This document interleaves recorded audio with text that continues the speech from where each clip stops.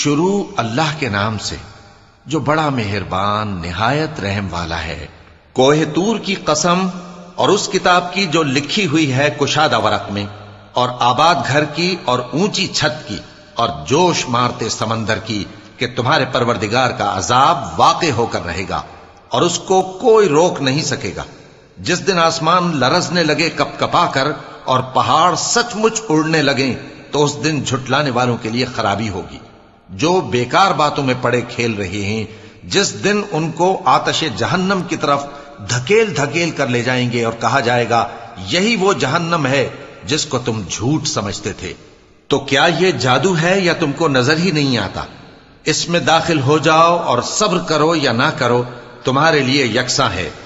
جو کام تم کیا کرتے تھے یہ انہی کا تم کو بدلہ مل رہا ہے۔ جو پرہیزگار ہیں وہ باغوں اور نعمتوں میں ہوں گے، جو کچھ ان کے پروردگار نے ان کو بخشا اس کی وجہ سے وہ خوشحال ہوں گے، اور ان کے پروردگار نے ان کو دوزخ کے عذاب سے بچا لیا۔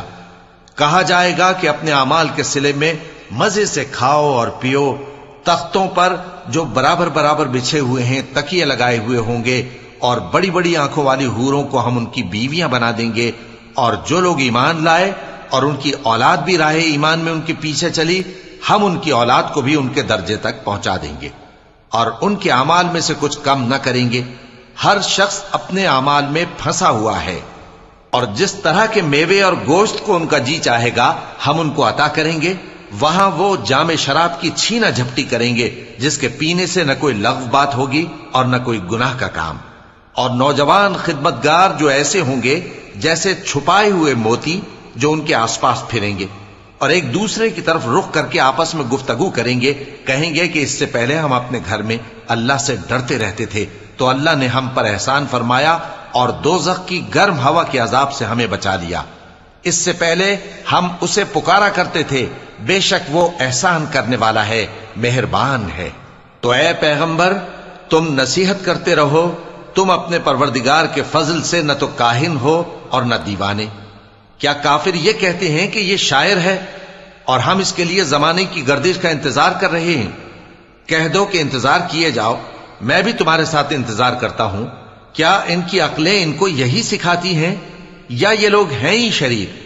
کیا کفار یہ کہتے ہیں کہ ان پیغمبر نے قرآن از خود بنا لیا ہے؟ بات یہ ہے کہ یہ اللہ پر ایمان نہیں رکھتے۔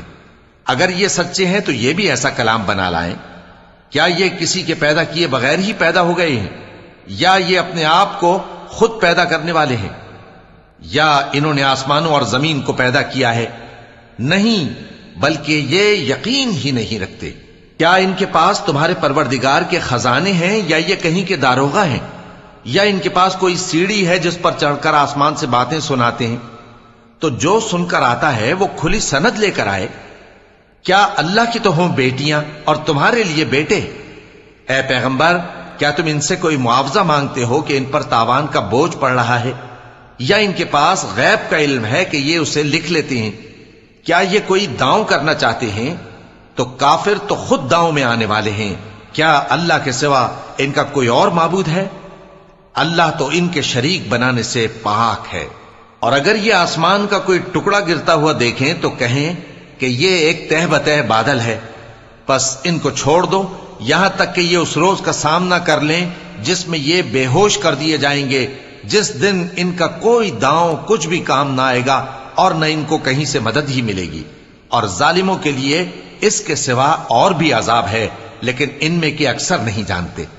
اور تم اپنے پروردگار کے حکم کے انتظار میں صبر کیے رہو، تم تو ہماری آنکھوں کے سامنے ہو، اور جب اٹھا کرو تو اپنے پروردگار کی تعریف کے ساتھ تسبیح کیا کرو، اور رات کے بعض اوقات میں بھی اور ستاروں کے غروب ہونے کے بعد بھی اس کی تسبیح کیا کرو۔